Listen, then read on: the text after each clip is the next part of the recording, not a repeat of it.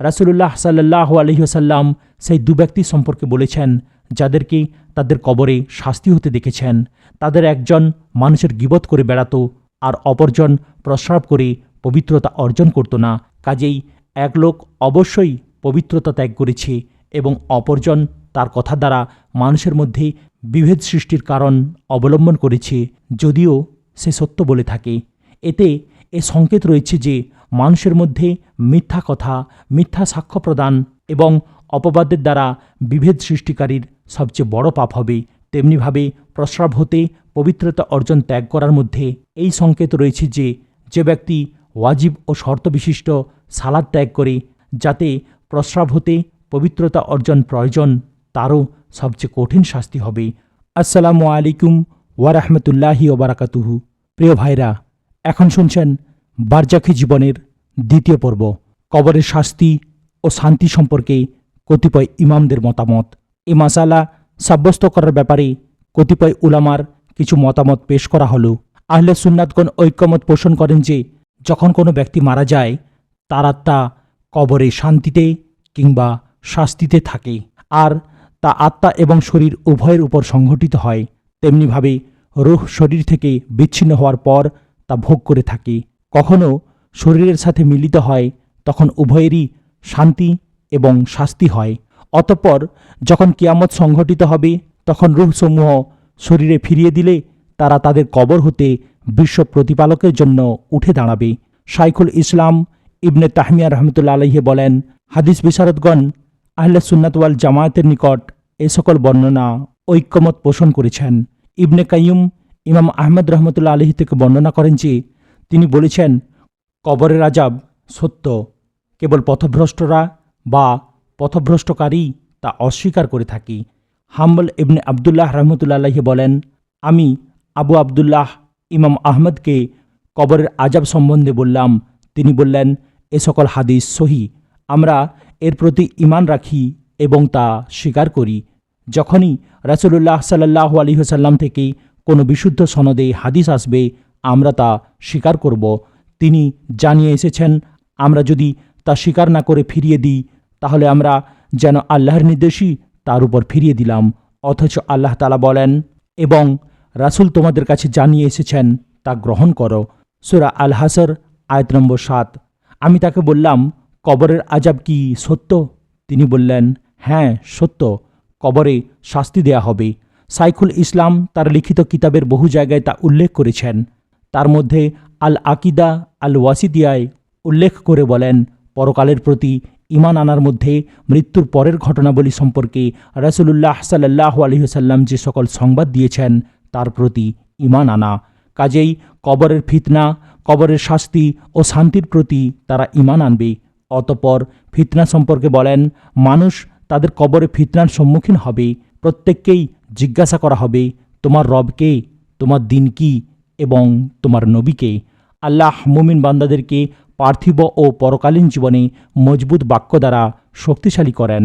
মুমিন ব্যক্তি বলবে, আমার রব আল্লাহ, আমার দিন ইসলাম এবং মুহাম্মদ সাল্লাল্লাহু আলাইহি ওয়াসাল্লাম আমার নবী। আর সন্দেহকারী ব্যক্তি বলবে, হায় হায়, আমি জানি না, কিন্তু লোক মুখে যা শুনেছি আমিও তা বলেছি। তখন তাকে লোহার হাতুড়ি দ্বারা মারা হলে সে এমনভাবে চিৎকার করবে যে মানুষ ব্যতীত সকল সৃষ্টিজীবী তা শুনবে। মানুষ যদি তা শুনত তা ছিটকে পড়ে যেত। আল্লামা তাহাবি আল হানাফি রহমতুল্লাহ আলাইহি তার প্রসিদ্ধ সালাফি আকিদায় বলেন, আহলে সুন্নাত ও জামাতগণ কবরের আযাবের প্রতি বিশ্বাস স্থাপন করে সেই ব্যক্তির জন্য যে ব্যক্তি এর উপযোগী এবং কবরে রব, দিন এবং নবী সম্পর্কে, মুনকার নাকির, ফেরেশতার প্রশ্ন সম্পর্কে রাসূলুল্লাহ সাল্লাল্লাহু আলাইহি ওয়াসাল্লাম এবং সাহাবীদের থেকে প্রাপ্ত খবর অনুপাতে তা সাব্যস্ত করে। কবর হয় জান্নাতের বাগিচা হবে, নয়তো জাহান্নামের গুহা হবে। আল্লামা ইবনুল কাইয়ুম কবরের শাস্তি বা শান্তি সম্পর্কে বলেন, যা জানা উচিত তা হলো এই, নিশ্চয়ই কবরের আযাবই হচ্ছে বারজাখের আযাব। অতঃপর কেউ মৃত্যুবরণ করার পর যদি আযাবের উপযুক্ত হয় তবে সে তার অংশ পাবে, চাই তাকে কবর দেয়া হোক বা না হোক। যদিও তাকে কোনো হিংস্র পশু খেয়ে ফেলে বা আগুনে পুড়ে ছাই করে বাতাসে উড়িয়ে দেয়া হয় বা শুলে দেয়া হয়, এমনকি সমুদ্রে ডুবে মারা গেলেও তার শরীর এবং আত্মায় সেই আযাবই পৌঁছাবে যা কবরে পৌঁছে থাকে। পৃথিবী এবং আখিরাতের মধ্যবর্তী ও বারজাখে, যার মধ্যে এর অধিবাসীগণ পৃথিবী ও আখিরাতের উপর ভিত্তি করে অবস্থান করবে এবং প্রত্যেকেই তাদের আমল অনুযায়ী বারজাখের আযাব ভোগ করবে, যদিও তাদের শান্তি এবং শাস্তি ভিন্ন হয়। পূর্বে কিছু লোক ধারণা করত যে তাদের শরীর যদি আগুনে পুড়ে ছাই করে কিছু অংশ সমুদ্রে, কিছু অংশ প্রবল বাতাসের স্থলে উড়িয়ে দেয়া হয়, তবে সে তা থেকে মুক্তি পেয়ে যাবে। এ ধারণার উপর এক লোক তার ছেলেদেরকে ওসিয়ত করে বলল, আমি মারা গেলে আমাকেও এরকম করে দিবে। তাকে এরকম করা হলে আল্লাহ সমুদ্র এবং মাটিকে নির্দেশ দিলেন তা জমা করার জন্য। তারপর আল্লাহ বললেন, দাঁড়াও। সাথে সাথে তার সম্মুখে দাঁড়িয়ে গেলে আল্লাহ তাকে জিজ্ঞাসা করলেন, কে তোমাকে এরকম করতে বলেছে? সে বলল, হে আল্লাহ, তুমি তো জানো, একমাত্র তোমার ভয়। তখন তিনি নিজ অনুগ্রহ করে তাকে ক্ষমা করে দিলেন।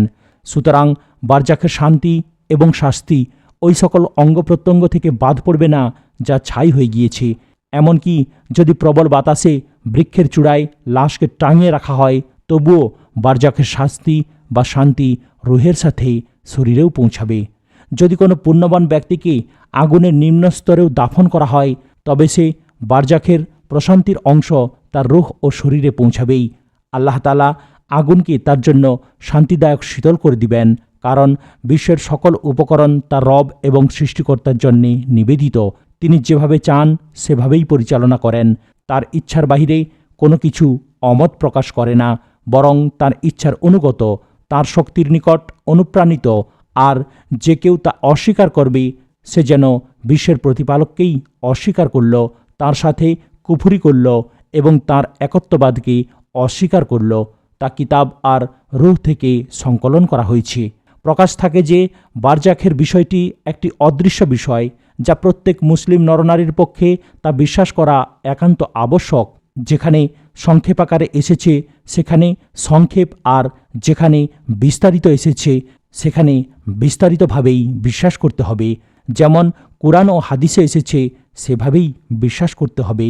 কিন্তু কখনো কখনো আল্লাহ তাআলা তাঁর কতক বান্দার জন্য কবরের অবস্থা প্রকাশ করে দেখিয়ে থাকেন। শাইখুল ইসলাম ইবনে তাহমিয়া বলেন, বহু মানুষের জন্য কবরের অবস্থা প্রকাশিত হয়েছে, এমনকি তারা কবরবাসীদের কবরে শাস্তির আওয়াজও শুনতে পেয়েছেন। বহু নিদর্শনসহ স্বচক্ষে তাদের শাস্তি হতে দেখেছে।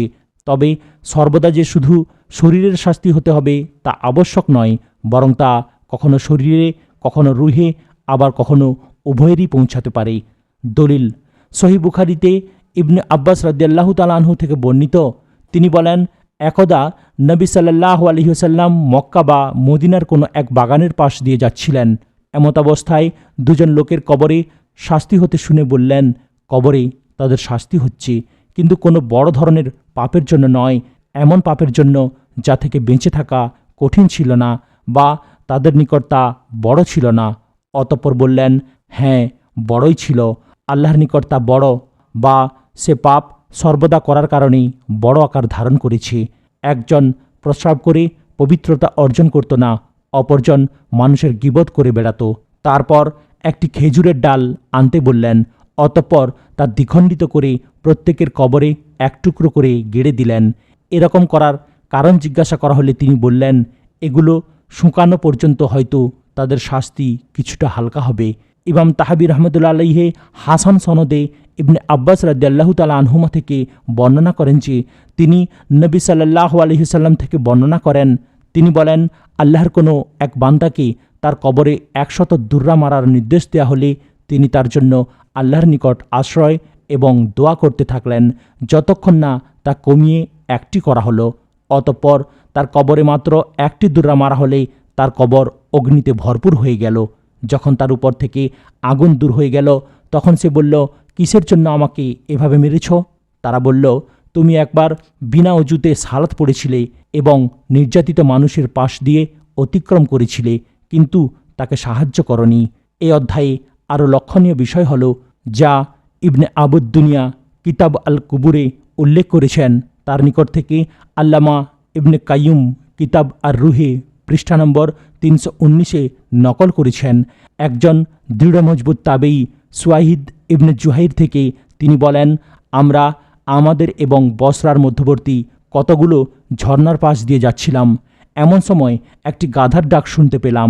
বললাম, এ শব্দটি কিসের? তারা বলল, এ শব্দটি এক ব্যক্তির, সে আমাদের সাথে ছিল। একদা তার মা কোনো ব্যাপারে তার সাথে কথা বললে সে বলল, তুমি গাধার মতো চেঁচাচ্ছ কেন? তারপর সে যখন মারা গেল তখন থেকে প্রতি রাত্রে তার কবর হতে এ আওয়াজ শোনা যায়। এ ব্যাপারে বহু ঘটনা রয়েছে, জায়গা সংকীর্ণতার দরুন তা উল্লেখ করা হলো না। ঘটনা যাই হোক না কেন, ওই রকম কারণ যদিও দর্শকদের সামনে স্থির, কিন্তু এর ভিতরে অন্যরকম কারণ। এতে যেমন বহু লোক সাজাপ্রাপ্ত এবং বেহুশ হয়ে পড়ে আছে, তেমনি বহু লোক হাসি খুশি ও শান্তিতে রয়েছে। কবরবাসীদের অবস্থার কিছু বিবরণ ইমাম বুখারী তার জামে সহিহতে কিতাবুত তাবিরে নকল করেছেন। সামুরা ইবনে জুন্দুর রাদিয়াল্লাহু তাআলা আনহু থেকে বর্ণিত, তিনি বলেন, রাসূলুল্লাহ সাল্লাল্লাহু আলাইহি সাল্লাম সাহাবীদেরকে অধিকাংশ সময় যা বলতেন তা হলো, তোমাদের কেউ কি কোনো স্বপ্ন দেখেছ? অতঃপর তা বর্ণনা করে শোনাতেন। একদা ভোরে তিনি আমাদেরকে বললেন, গত রাত্রে দুজন আগন্তুক আমার নিকট এসে আমাকে উপরে নিয়ে গেল। অর্থাৎ ঘুমের মধ্যে তার নিকট দুজন ফিরিস্তা তাকে জাগালেন। আর এটি এক প্রকার ওহী, কেননা নবীদের স্বপ্ন হচ্ছে ওহী, যা সবারই জানা। অতঃপর সে দর্শনে যা দেখেছেন তা উল্লেখ করলেন।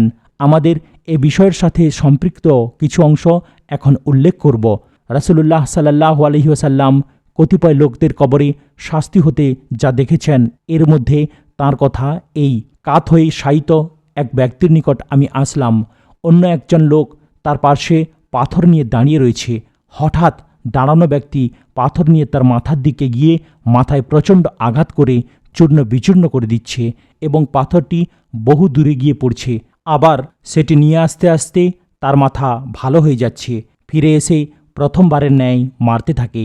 পুরো হাদিসে এ ব্যক্তির অবস্থার বর্ণনা এসেছে যে সে কুরআন পড়ত, অতঃপর তা প্রত্যাখ্যান করত এবং ফরজ সালাত না পড়ে শুয়ে যেত। এ প্রকার পাপ সম্পর্কে আল্লাহ তাআলা বলেন, ধ্বংস ওইসব মুসল্লির জন্য যারা তাদের সালাতের ব্যাপারে উদাসীন। সূরা আল মাউন আয়াত নম্বর 4 এবং 5। হাফেজ ইবনু কাসির রাহমাতুল্লাহ আলাইহি এই আয়াতের ব্যাখ্যায় বলেন, সাহুন হয় প্রথম ওয়াক্ত থেকেই উদাসীন, তাই সে সর্বদা বা অধিকাংশ সময় শেষ ওয়াক্তে আদায় করত, অথবা সালাতের রুকন ও শর্তাবলী মেনে আদায় করেনি, অথবা একাগ্রতা সহ এর অর্থ সম্পর্কে চিন্তাভাবনা থেকে উদাসীন। সুতরাং এ শব্দটি উল্লিখিত ক্ষেত্রেই প্রযোজ্য, কিন্তু যদি কেউ এ আয়াতের গুণে গুণান্বিত হয় তবে সে তার প্রাপ্য পাবে। আবার যদি কেউ পুরো গুণে গুণান্বিত হয় সেও এর প্রাপ্য পাবে এবং তার মধ্যে নিফাকে আমলি পাওয়া যাবে। স্বপ্নের হাদিস যা সামুরা ইবনে জুন্দুব রাসূলুল্লাহ সাল্লাল্লাহু আলাইহি ওয়াসাল্লাম থেকে বর্ণনা করেন, তাতে রাসূলুল্লাহ সাল্লাল্লাহু আলাইহি ওয়াসাল্লাম বলেছেন, অতঃপর রক্তের ন্যায় লালচে একটি নদীর পাড়ে বসে দেখলাম একটি লোক তাতে সাঁতরাচ্ছে। অপর একজন লোক নদীর তীরে পাথর জমা করে পাশে রাখছে।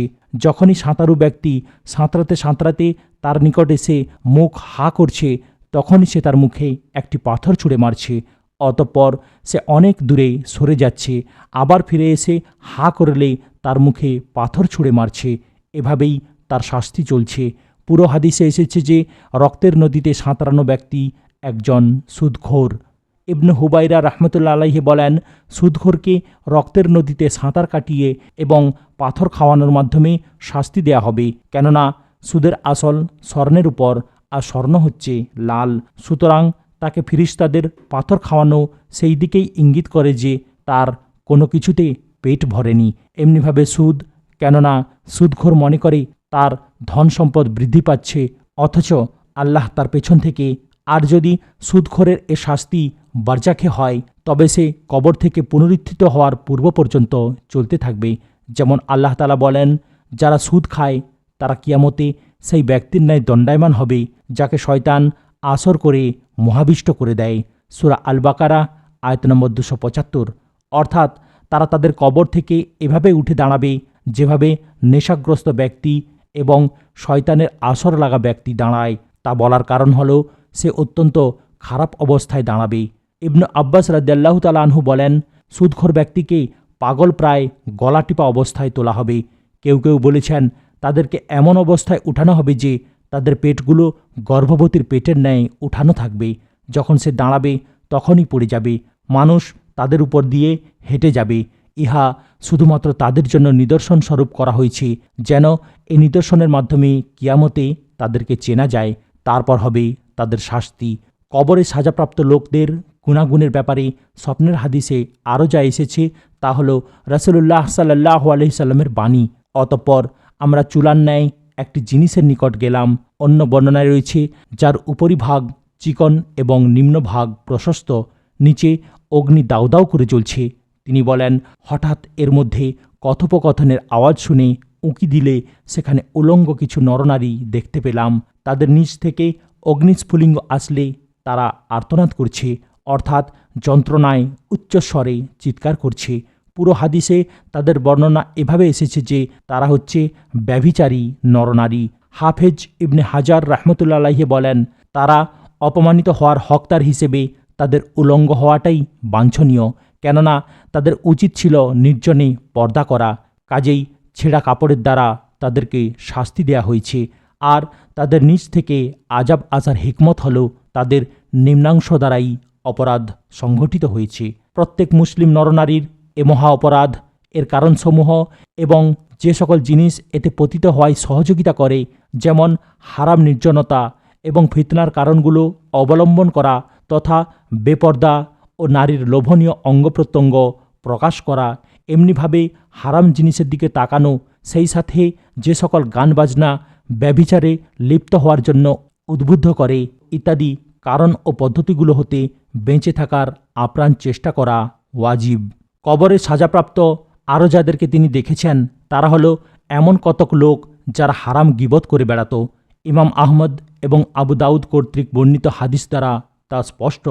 আনাস ইবনে মালিক রাদিয়াল্লাহু তাআলা আনহু থেকে বর্ণিত, তিনি বলেন, রাসূলুল্লাহ সাল্লাল্লাহু আলাইহি ওয়াসাল্লাম বলেছেন, যখন আমাকে ঊর্ধ্বাকাশে নিয়ে যাওয়া হয় তখন সীসার নখ বিশিষ্ট কতক লোকের নিকট দিয়ে অতিক্রমকালে দেখলাম তাদের নখ দ্বারা তাদের মুখমণ্ডল ও বুকে দংশন করছে।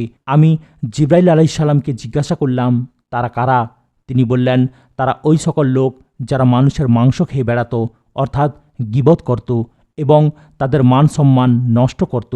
পূর্বের আলোচনা থেকে প্রতীয়মান হয় যে যে সমস্ত অপরাধের দরুন কিছু লোকের শাস্তি হতে রাসূলুল্লাহ সাল্লাল্লাহু আলাইহি ওয়াসাল্লাম দেখেছেন, এখনও যারা এ ধরনের অপরাধে লিপ্ত হবে তাদের উপরও একই শাস্তির ভয় রয়েছে।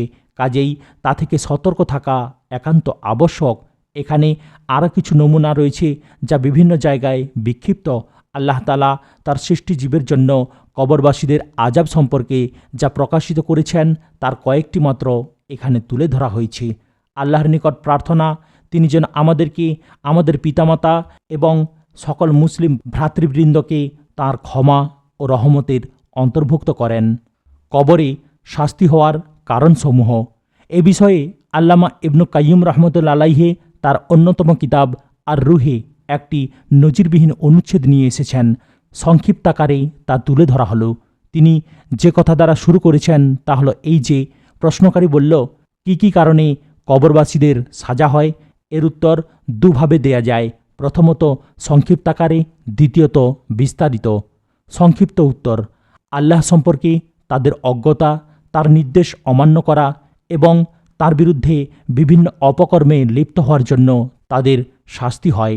পক্ষান্তরে যে রূহ আল্লাহকে চিনেছে, তাকে ভালোবেসেছে, তার নির্দেশ পালন করেছে এবং নিষেধাবলী থেকে বিরত থেকেছে, তাকে তিনি শাস্তি দেন না এবং এ রূহ যে শরীরে থাকবে তাকেও শাস্তি দিবেন না। কেননা কবরের শাস্তি এবং শান্তি বান্দার উপর আল্লাহর গোসা ও সন্তুষ্টির নিদর্শন। এ পৃথিবীর যার উপর আল্লাহ ক্রোধান্বিত ও অসন্তুষ্ট হবেন, অতঃপর সে যদি তাওবা না করে মৃত্যুবরণ করে, তবে তার বারজাখের আযাব আল্লাহর ক্রোধ এবং অসন্তুষ্টি অনুযায়ী হবে। কাজেই কেউ কম করুক আর বেশি করুক, বা বিশ্বাস করুক বা না করুক, যা হবার তা হবেই। বিস্তারিত উত্তর: রাসূলুল্লাহ সাল্লাল্লাহু আলাইহি ওয়াসাল্লাম সেই দু ব্যক্তি সম্পর্কে বলেছেন যাদেরকে তাদের কবরে শাস্তি হতে দেখেছেন। তাদের একজন মানুষের গীবত করে বেড়াতো আর অপরজন প্রস্রাব করে পবিত্রতা অর্জন করত না। কাজেই এক লোক অবশ্যই পবিত্রতা ত্যাগ করেছে এবং অপরজন তার কথা দ্বারা মানুষের মধ্যে বিভেদ সৃষ্টির কারণ অবলম্বন করেছে, যদিও সে সত্য বলে থাকে। এতে এ সংকেত রয়েছে যে মানুষের মধ্যে মিথ্যা কথা, মিথ্যা সাক্ষ্য প্রদান এবং অপবাদের দ্বারা বিভেদ সৃষ্টিকারীর সবচেয়ে বড় পাপ হবে। তেমনিভাবে প্রস্রাব হতে পবিত্রতা অর্জন ত্যাগ করার মধ্যে এই সংকেত রয়েছে যে যে ব্যক্তি ওয়াজিব ও শর্ত বিশিষ্ট সালাত ত্যাগ করে যাতে প্রস্রাব হতে পবিত্রতা অর্জন প্রয়োজন, তারও সবচেয়ে কঠিন শাস্তি হবে। অন্য বর্ণনায় এসেছে রাসূলুল্লাহ সাল্লাল্লাহু আলাইহি ওয়াসাল্লাম বলেছেন, যাদের শাস্তি হচ্ছিল তাদের একজন যে ব্যক্তি মানুষের গোশত খাচ্ছিল সে ছিল গীবতকারী, আর অন্যজন ছিল ফিতনা সৃষ্টিকারী। তার নিকট থেকে এ বর্ণনাও এসেছে যে এক ব্যক্তিকে বেত্রাঘাত করা হলে তার কবর আগুনে ভরপুর হয়ে গেল, কেননা সে একবার বিনা অজুতে সালাত পড়েছিল এবং নির্যাতিত মানুষের পাশ দিয়ে অতিক্রম করেছিল, কিন্তু তাকে সাহায্য করেনি। ইমাম বুখারী রহমতুল্লাহ আলাইহি কর্তৃক বর্ণিত সামুরা ইবনে জুনদুব রাদিয়াল্লাহু তাআলা আনহুর হাদিসে এক মিথ্যাচারের কাহিনী এসেছে, যার মিথ্যা সংবাদ দিক বিদিকে ছড়িয়ে পড়েছে। তার শাস্তি হলো কোরআন পড়ুয়া সেই ব্যক্তির ন্যায় যে কোরআন না পড়ে রাত্রে শুয়ে যেত এবং দিনের বেলায় কোনো আমল করত না। তার শাস্তিসহ ব্যভিচার, নরনারী এবং সুদখোরের শাস্তি সম্পর্কে রাসূলুল্লাহ সাল্লাল্লাহু আলাইহি ওয়াসাল্লাম সংবাদ দিয়েছেন। বারজাখে যেভাবে শাস্তি হতে দেখেছেন সেভাবেই সংবাদ দিয়েছেন। অন্য হাদিসে এসেছে কতগুলো লোকের মাথায় পাথর দিয়ে আঘাত করা হচ্ছে।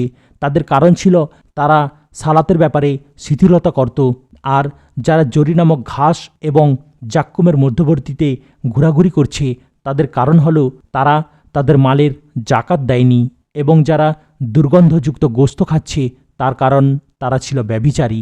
যাদের ঠোঁটসমূহ লোহার কাঁচি দিয়ে কাটা হচ্ছে তার কারণ তারা তাদের কথা এবং বক্তব্যের দ্বারা ফিতনা সৃষ্টি করেছিল। রাসূলুল্লাহ সাল্লাল্লাহু আলাইহি ওয়াসাল্লাম থেকে আবু সাঈদ রাদিয়াল্লাহু তাআলা আনহু কর্তৃক বর্ণিত হাদিসে কতিপয় অপরাধের হোতা এবং তাদের শাস্তি সম্পর্কে এসেছে যে তাদের মধ্যে যে সকল লোকের পেট ঘরের ন্যায় বড় তারা ফিরাউন গোত্রের পদাঙ্ক অনুসারী এবং সুদখোর। কিছু লোককে তাদের মুখ হাঁ করিয়ে জ্বলন্ত অঙ্গার খাওয়ানো হচ্ছে যতক্ষণ না তা তাদের পিছন দিয়ে বের হয়ে যাচ্ছে, আর তা হচ্ছে এতিমদের ধন সম্পদ ভক্ষণকারী। তাদের মধ্যে কিছু সংখ্যক মহিলা রয়েছে যারা তাদের স্তনের মাধ্যমে ঝুলে রয়েছে, তারা হচ্ছে ব্যভিচারিণী। সেখানে কতিপয় লোকের পার্শ্ব কর্তন করা হচ্ছে এবং তাদেরকে গোশত খাওয়ানো হচ্ছে, তারা হলো গীবতকারী। তাদের মধ্যে যারা সীসার নখ দ্বারা নিজেদের মুখমণ্ডলে দাগ কাটছে তারা হলো মানুষের মান সম্মান বিনষ্টকারী, এবং যারা গনিমতের মাল আত্মসাৎ করেছিল তাদের কবরে তাদের উপর আগুন জ্বলছে। এ ব্যক্তির অবস্থা যদি এই হয় অথচ সেখানে গনিমতে তার হক রয়েছে, তাহলে যে ব্যক্তি অন্যকে জুলুম করে যেখানে তার কোনো হক নেই তার অবস্থা কি হবে? সুতরাং অন্তর, চোখ, কান, নাক, মুখ, জিহ্বা, লজ্জাস্থান, হাত পা এবং শরীরের প্রতিটি অঙ্গ প্রত্যঙ্গের পাপই কবরে আযাবের কারণ হবে। কাজেই পরনিন্দাকারী, মিথ্যাবাদী, গীবতকারী, মিথ্যা সাক্ষ্যদাতা, সতী সাধ্বী নারীকে অপবাদ দানকারী, ফিতনা সৃষ্টিকারী এবং বিদাতের দিকে মানুষকে আহ্বানকারী, তেমনিভাবে আল্লাহ ও তাঁর রাসূল সাল্লাল্লাহু আলাইহি ওয়াসাল্লামের উপর মিথ্যারোপকারী, আন্দাজে বাক্যালাপকারী, সুদখোর, এতিমদের সম্পদ ভক্ষণকারী, হারাম উপার্জন যেমন সুদ ইত্যাদি ভক্ষণকারী, অন্যায়ভাবে কোনো মুসলিম ভাইয়ের মাল বা সন্ধিকারী ব্যক্তির মাল ভক্ষণকারী, নেশাখোর, ব্যভিচারী, সমকামী, চোর, খেয়ানতকারী, গাদ্দার, ধোঁকাবাজ, মকরবাজ, সুদগ্রহিতা এবং দাতা, এর লেখক, সাক্ষীদ্বয়, হিল্লাদাতা ও গ্রহিতা, আল্লাহর ফরজ করা কোনো বিধান রহিত করার কৌশল অবলম্বনকারী, হারামে পতিত ব্যক্তি, মুসলিমকে কষ্টদানকারী, তাদের দোষ ত্রুটি অন্বেষণকারী, মানবরচিত বিধান দ্বারা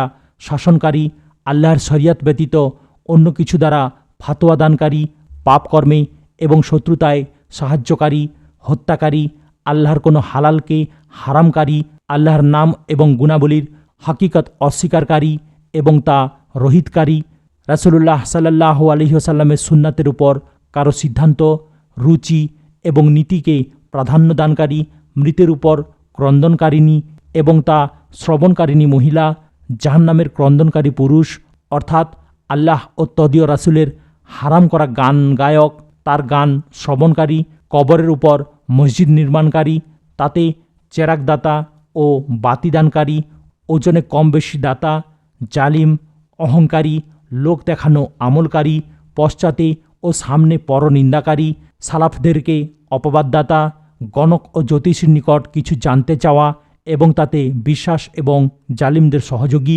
তেমনিভাবে পরকালকে ইহকালের পরিবর্তে বিক্রেতা, যাকে আল্লাহর ভয়ভীতি স্মরণ করিয়ে দেওয়া সত্ত্বেও কোনো ভ্রুক্ষেপ বা ভয় করে না, কিন্তু যখন তাকে তার মতোই কোনো সৃষ্টিজীবের ভয় দেখানো হয় তখন তাকে ভয় করে এবং পুরোপুরি মেনে চলে এবং স্বীয় কাজকর্মে ফিরে আসে। যে ব্যক্তিকে আল্লাহ ও তাঁর রাসূলের বাণী দ্বারা হিদায়ত করা হলে সে হিদায়ত হতে চায় না, কিন্তু যার কথা ভুলও হতে পারে আবার সঠিকও হতে পারে, তখন সে শক্তভাবে তা আঁকড়ে ধরে, তার কোনো বিরোধিতা করে না। যার কোরআন পাঠে কোনো প্রতিক্রিয়া হয় না, বরং কখনো তা বিরক্ত বোধ করে, কিন্তু যখন শয়তানের কথা, ব্যভিচারের ঝাড়ফুঁক ও নেফাকের উপকরণ শুনে তখন তার আনন্দ বেড়ে যেত আর ভাবত, হায়, গায়িকা যদি না থামিত। আল্লাহর নামে মিথ্যা শপথ করে, কিন্তু যখন কোনো অলি বা শাইখের মাথার বা তার বাবার যা সৃষ্টি জীবের সেরা পছন্দনীয় ব্যক্তির জীবনের কসম করে তখন মিথ্যা বলে না, যদিও তাকে ধমক দেয়া হয়। যে ব্যক্তি অপরাধ নিয়ে গর্ববোধ করে এবং বন্ধুমহলে প্রকাশ্যে আরও অধিক করতে থাকে, যার নিকট আপনার ধন সম্পদের কোনো নিরাপত্তা নেই, সেই অশ্লীল চাপাবাজ, যার অনিষ্টতা এবং গালমন্দের ভয়ে মানুষ তাকে ত্যাগ করে। যে ব্যক্তি সালাতকে শেষ ওয়াক্ত পর্যন্ত দেরি করে ঠুকর দেয় অর্থাৎ তাড়াতাড়ি আদায় করে এবং এতে আল্লাহকে খুব কম স্মরণ করে। স্বেচ্ছায় যে ব্যক্তি মালের জাকাত আদায় করে না, হজের সামর্থ্য থাকা সত্ত্বেও হজ করে না, শক্তি থাকা সত্ত্বেও তার নিজের হক আদায় করে না, এবং যে ব্যক্তি সাক্ষাতে, আচার ব্যবহারে এবং খাওয়া দাওয়ায় শালীনতা বজায় রাখে না, তেমনি অর্জিত মালের হালাল হারামের পরোয়া করে না, আত্মীয়তা সম্পর্ক বজায় রাখে না, মিসকিন, বিধবা এবং এতিমদের দয়া করে না, বরং তাদেরকে তাড়িয়ে দেয়, মিসকিনদের অন্ন দিতে মানুষকে উৎসাহ দেয় না, চতুষ্পদ জন্তুর প্রতি অনুগ্রহ করে না, যে বিশ্ববাসীকে দেখানোর জন্য কাজ করে, নিজের ব্যবহারিক জিনিস অন্যকে দিতে নিষেধ করে এবং নিজের দোষ ত্রুটি ও অপরাধ ঢেকে রেখে অন্যের দোষ ও অপরাধ নিয়ে মেতে থাকে। উল্লিখিত লোক এবং তাদের মতো সকলেই এ সকল অপরাধের কারণে কম বেশি ও ছোট বড় অনুপাতে তাদের কবরে শাস্তি হবে, যতক্ষণ না আল্লাহ তাদেরকে ক্ষমা করে তাদের অপরাধ এড়িয়ে যাবেন। আর যদি অধিকাংশ লোকই এরকম হয় তবে অধিকাংশ কবরবাসীও সাজাপ্রাপ্ত হবে এবং সফল কাম খুব কমই হবে। কাজেই কবরের উপরিভাগ মাটি আর ভিতরে হায় হতাশ ও শাস্তি, এর উপরিভাগ মাটি ও নকশি পাথর দ্বারা বাঁধানো আর ভিতরে বিপদ ও জ্বালা যন্ত্রণার গোডাউন। রান্নার সময় পাত্রে কোনো জিনিস যেভাবে উতরে ওঠে সেভাবে তারা আক্ষেপে উতরে উঠেছে, তাদের জন্য ইহাই প্রযোজ্য, অথচ এগুলো কবর ও এর প্রবৃত্তি তাদের আশা আকাঙ্ক্ষার মাঝে বিরোধ সৃষ্টি করেছে। আল্লাহর শপথ, অবশ্যই আমি উপদেশ দিয়েছি, অন্য কারো জন্য তা বাকি রাখিনি। সেই সাথে আহ্বান করি যে, হে পৃথিবী আবাদকারীগণ, আপনারা এমন পৃথিবীকে আবাদ করছেন যা আপনাকে নিয়ে অতি শীঘ্রই নিঃশেষ হয়ে যাবে, অথচ আপনারা সেই ঘরকে ধ্বংস করে দিচ্ছেন যার দিকে খুব দ্রুত ধাবমান হচ্ছেন। অন্যের উপকার এবং বসবাসের জন্য ঘর তৈরি করছেন, পক্ষান্তরে নিজের সেই ঘরকে ধ্বংস করে দিচ্ছেন, যা ব্যতীত আপনার কোনো ঘর থাকবে না। তা চিরস্থায়ী ঘর, আমলের গোডাউন এবং ক্ষেতের বীজ। তা যেমনভাবে উপদেশ গ্রহণের জায়গা, জান্নাতের বাগিচা, তেমনিভাবে জাহান্নামের গুহাও বটে। আজ এখানে সমাপ্ত করলাম। বারজাখি জীবনের তৃতীয় এবং শেষ অংশ শোনার জন্য চ্যানেলটিকে সাবস্ক্রাইব করুন, লাইক, কমেন্ট এবং শেয়ার করতেও ভুলবেন না। আসসালামু আলাইকুম ওয়া রাহমাতুল্লাহি ওয়া বারাকাতুহু।